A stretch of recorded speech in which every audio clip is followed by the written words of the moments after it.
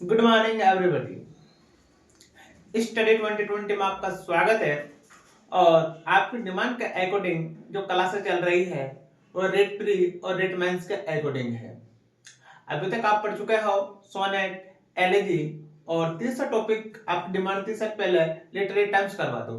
तो literary terms के अंदर आप पढ़ चुके हो सिमिली। क्या पढ़ चुके हो? सिमिली, मेटाफर और पर्सनिफिकेशन। आज आप पढ़ोगे एलिट्रेशन। क्या पढ़ोगे? एलिट्रेशन। क्या होता है एलिट्रेशन देखते हैं। और जैसा कि आपको 27 और 28 फरवरी को जो प्री नीट का एग्जाम है, आपको उसमें बिल्कुल भी नहीं घबराना है। इजी एग्जाम होता है, ऐसी कोई खास बात नहीं है। 150 में से एसटीएससी और महिला ईडब्ल्यूएस इनको 83 मार्क्स चाहिए और जो अदर जनरल इनको 90 मार्क्स। इतना काफी है, आराम से आ जाते हैं, इजी वे में आ जाते हैं। वो कैसे आएंगे रणनीति में आपको बताऊंगा कैसे लेकर आना है। इजी वे में आप 90 एबो मार्क्स लेकर आ सकते हो। तो देखते हैं आज की क्लास। तो एलिट्रेशन हिंदी में अलंकार होते हैं, इंग्लिश में फिगर ऑफ स्पीच होते हैं, इंग्लिश में एलिट्रेशन बोलते हैं और हिंदी में इसको अलंकार। एलिट्रेशन को आप बोल सकते हो अनुप्रास अलंकार। कौन सा? अनुप्रास अलंकार। अनुप्रास अलंकार।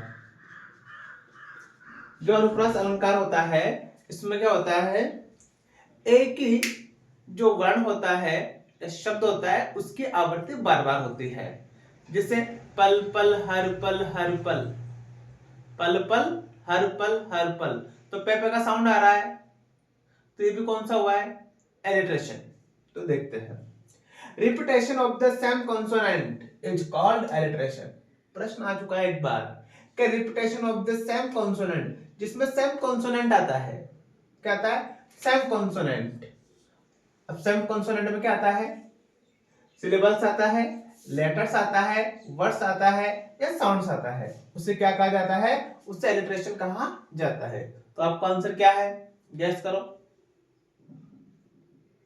Repetition of the same consonant is called alliteration. Syllables, letters, words, sounds. तो इसका बिल्कुल सही आंसर होगा साउंड्स। क्या होगा? साउंड्स। होता क्या है देखते हैं। मैंने आपसे कहा है कि सेम कॉन्सोनेंट साउंड रिपीटेशन होगा।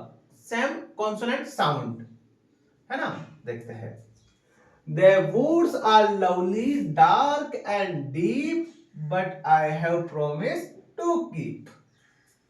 Their woods are lovely, dark and deep, but I have promised to keep. देखते हैं।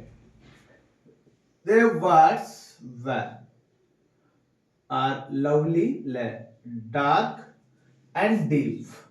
इसमें देखो डे का साउंड मिल रहा है, dark and deep, day day. But I have promise to keep, यानी कि यहां पर आपको मिल रहा है, यानी कि डे डे का साउंड। तो डे डे का साउंड यानी कि कॉन्सोनेंट साउंड, कॉन्सोनेंट साउंड आ रहा है, तो इसे क्या कहेंगे? एलिट्रेशन। आई होप आपको समझ में आ रहा होगा।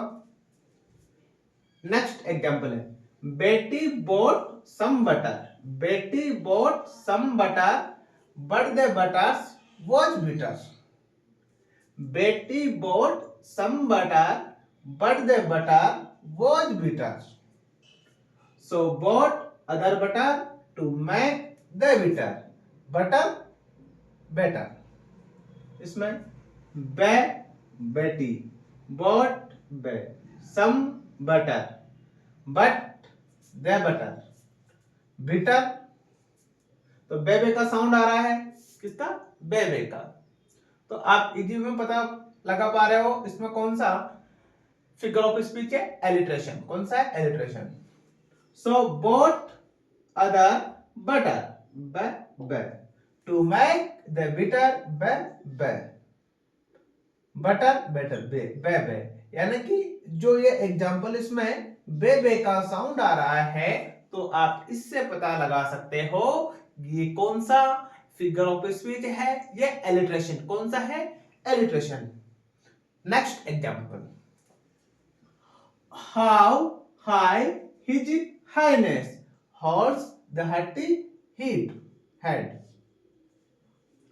How high his highness. H का साउंड है का साउंड है का साउंड है का साउंड है का साउंड है। द हट्टी है का साउंड है और हेड है का साउंड है।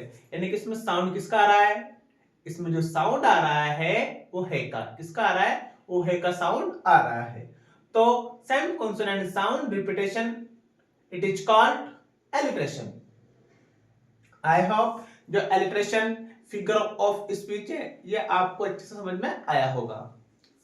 आगे बढ़ते हैं। नेक्स्ट जो आपके सिलेबस में दे रखा है फिगर ऑफ स्पीच में अगला है एसोनेंस। कौन सा दे रखा है, एसोनेंस।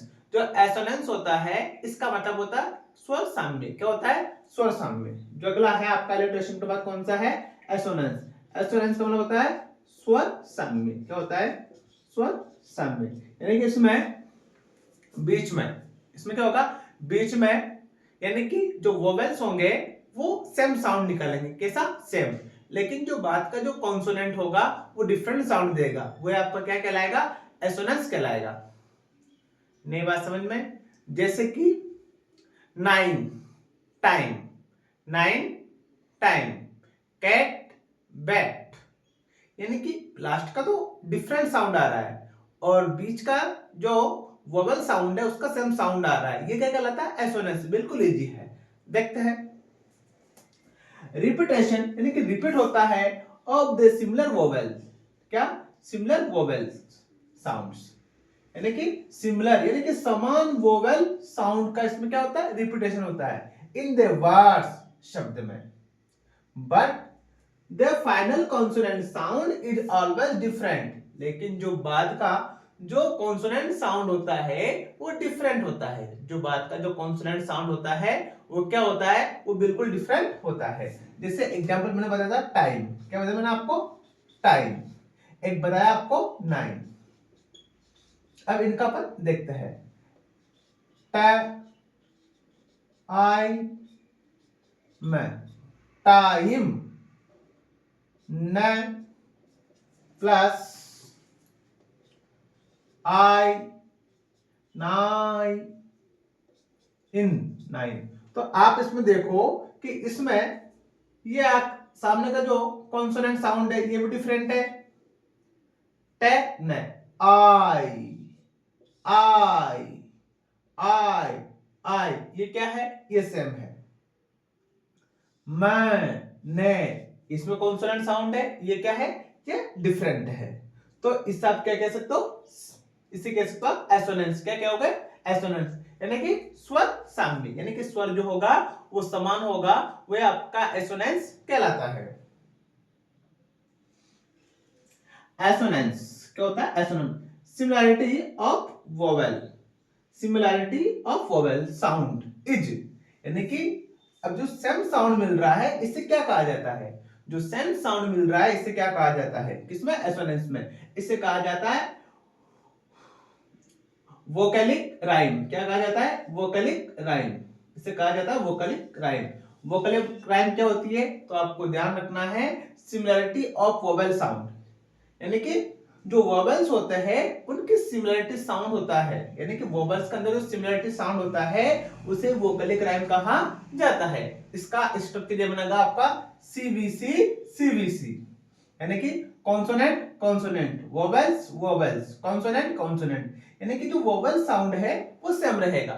जो वोवेल साउंड है वो क्या रहेगा, वो सेम रहेगा। जो कॉन्सोनेंट साउंड है वो डिफरेंट रहेगा। टाइम 9, बैट है ना, कैट, बहुत सारे एग्जांपल आपके सामने। तो बढ़ते हैं आगे।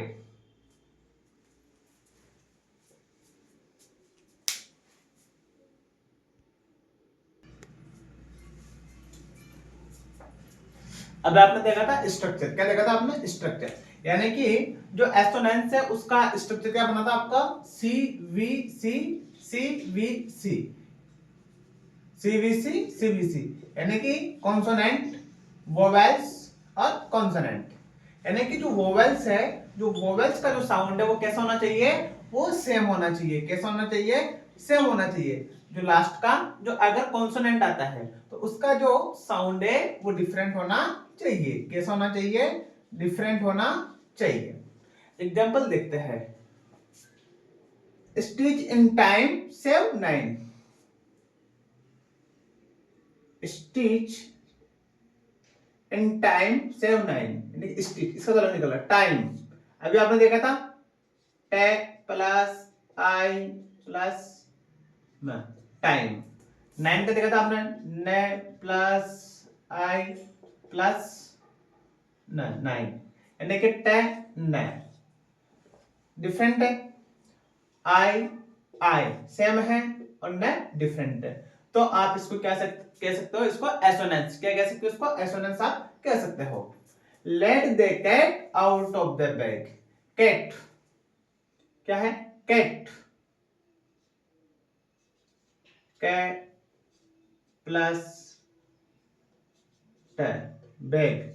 बैग प्लस ग। तो कै बैग कॉन्सोनेंट। यहां पे इसको आप देखते हैं। डस्टर एक मिनट।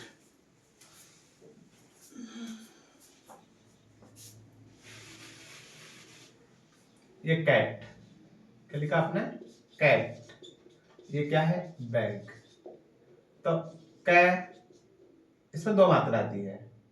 ये दो मात्रा प्लस टैब। उसी प्रकार से बैग प्लस आई प्लस ग